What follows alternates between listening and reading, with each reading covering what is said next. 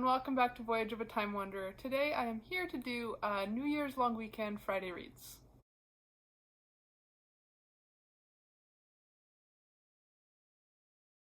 So I don't have to be back at work until Tuesday, so this is the tail end of my Christmas New Year's vacation. So I'm going to make the most of my last few days off of work to do hopefully a lot of reading. I have a couple books that I'm already in the middle of that I'm hoping to finish off, and then some fresh new starts for 2022. So the first book that I'm already in the middle of that I would love to have finished up by the end of the day on Friday is The Battle of Life by Charles Dickens. This is a novella-length work of his, and it's one of his Christmas stories. It's the fourth of his 5 novellas that are considered his Christmas stories, but I have to say I'm not really loving this one so far. There is absolutely nothing that is tying it to Christmas. I'm almost halfway through listening to an audiobook from LibriVox, and I have to say I'm a little bit confused so far. To the point where I was wondering, like, did I fall asleep while listening to this audiobook and miss a chunk of explanation? But when I went back, I had heard everything, so I think it's just maybe not his best work with these Christmas novellas. Obviously, A Christmas Carol is his most famous, and I've read now 3, and this is the 4th that I've read, and some of the other ones, like, I really enjoyed last year, The Cricket on the Hearth, and I was kind of like, oh, this one could be almost as famous as A Christmas Carol. But then reading this one, The Battle of Life, this year, I'm like, yeah, I can see why this one did not have the longevity and fame of A Christmas Carol, because it's just not quite as good. At the beginning, we learn how this town had been the site of a major battle in the past with quite a few casualties, but kind of as time has gone on, the villagers have forgotten sort of more of the gruesome past of their town. And then we're really following the story of these 2 sisters who have grown up in this town and are now kind of reaching the age where romance and marriage proposals and whatnot have entered their life. It definitely has no Christmas references so far, so I don't know if that's going to come in the last half of the book.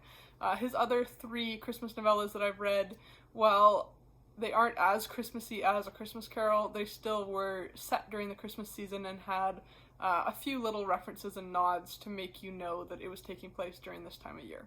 So I would love to get that one crossed off and finished off before the new year, and because I'm listening to it on audio, I will probably be working on a cross-stitch project or baking some cookies. So even though it's not my favorite, I will still persevere to cross it off my list of Dickens novellas. Then I'm also quite close to finishing up the poetry collection, Greetings from Grandpa by Jack Mapanje. I mentioned this in my books and mugs tag that I did yesterday. This book is a collection of poems by an author from Malawi who's now living in the diaspora. I think he works at a university in the UK now. So this poetry collection has a whole mix of poems for different occasions: his children's weddings, the birth of grandchildren, different social and political hot issues, as well as some general reflections on living in a different country than your home and what it's like to be part of the African diaspora. I always try to read a certain number of new African countries each year, and I would love to be able to cross Malawi off on my list for 2021, so that's another one that I'm hoping to finish up before the clock strikes midnight. Then the final book that I've already started that I'm going to be reading this weekend is Blue Lightning by Cleeves. This is the 4th book in her Shetland Mystery series. I had hoped to read this as part of Cloak and Dagger Christmas, and obviously I started it in December, but I'm only about 25% of the way through, so I know I won't be able to finish it up in December, but it'll probably end up being my first finish of the new year, which is rather apropos because the first book in the series, Raven Black, was actually my first finish of 2021, so it's kind of a nice symmetry that Cleeves' Shetland books will be my first finish for 2 years in a row. This mystery got off to a bit of a slower start than some of the other books in the series that I've read. Often the murder takes place like almost right away, where we are either witnessing it kind of in a prologue or kind of the first couple chapters are the discovery of a body. But in this book, I think the murder didn't take place till almost 20% of the way through. And I really don't mind that because this book is giving us a little bit more about the backstory of our main character, Detective Jimmy Perez. While all the books are set in the Shetland Isles, in this book he is traveling back to his home island, which is Fair Isle, to visit his family and introduce them to his fiancée. So we're getting a little bit more of his backstory, getting to see his interactions with his parents and learn a little bit more about what his life was like growing up on Fair Isle. And then the main mystery revolves around a murder that takes place at a bird sanctuary observatory. One of the scientists there is found murdered with a ring of feathers in her hair. And as usual, there's a number of the characters who definitely would have had motive to want to see her dead, so we're trying to figure out which person did it, while at the same time Jimmy Perez is kind of isolated from his normal task force because there's been a storm that has cut off travel to Fair Isle. So until this storm clears up, he can't bring in any other police detectives or forensics teams or anything like that, so he's having to do the investigation entirely on his own. I've really enjoyed the other 3 books in this series that I've read. It is such atmospheric Scottish mystery, especially in the wintertime. I find that I'm really craving this type of mystery thriller. So I've really enjoyed what I have read so far of this book, and I'm looking forward to hopefully finishing it off this weekend. Then there are 2 books that I'm hoping to get a start on this weekend. The first is The Coffee Trader by David Liss. This is a book that is a spoiler for my upcoming Reading Through My Family Tree Netherlands, the Dutch Golden Age video, which I think will be the first video to come out after my 12 Days of Christmas videos. I'm hoping to have it out on January 10th. So this will be the first book that I'm reading from that genealogy TBR of mine. This book takes place during the Dutch Golden Age in Amsterdam, and our main character, Miguel Lienzo, is a Portuguese Jewish commodity trader living in the city, and it sounds like he has kind of lost everything in the sugar trade and decides to take a risk with the last of his savings on this new commodity, coffee. I was actually a bit surprised when I went to pick up this book from my local library because I thought it was historical fiction, but it's actually classified as adult mystery.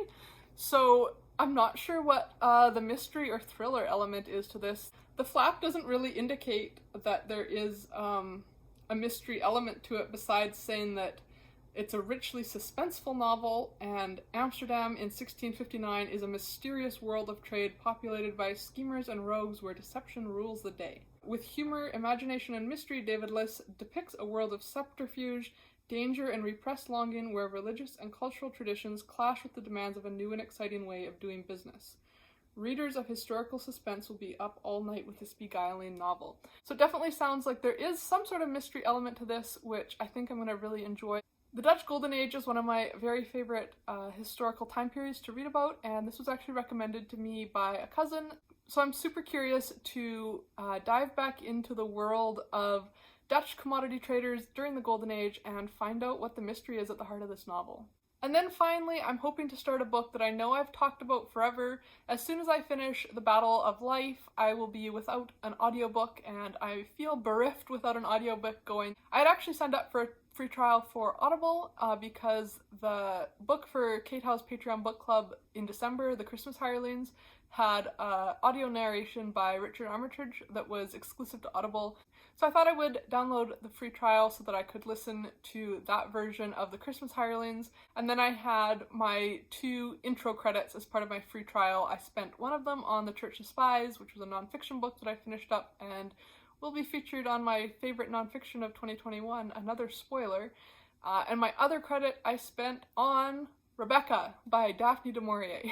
I know I've been saying I'm going to read this book forever, but I ran into problems because my library doesn't actually have a copy, and then it seems like there's not very many ebook copies, at least from the libraries that I have ebook access to, and all of the audiobooks are suspiciously short, like 3 to 5 hours, so I know that they're abridged or radio dramas or something, so it was actually really hard for me to track down a copy of this book to read. But when I had this spare Audible credit as part of my trial, I bought the audiobook for Rebecca, so I'm all ready to start listening. This is a book that I know is so popular, and everyone that knows me and my reading taste says I'm going to love it.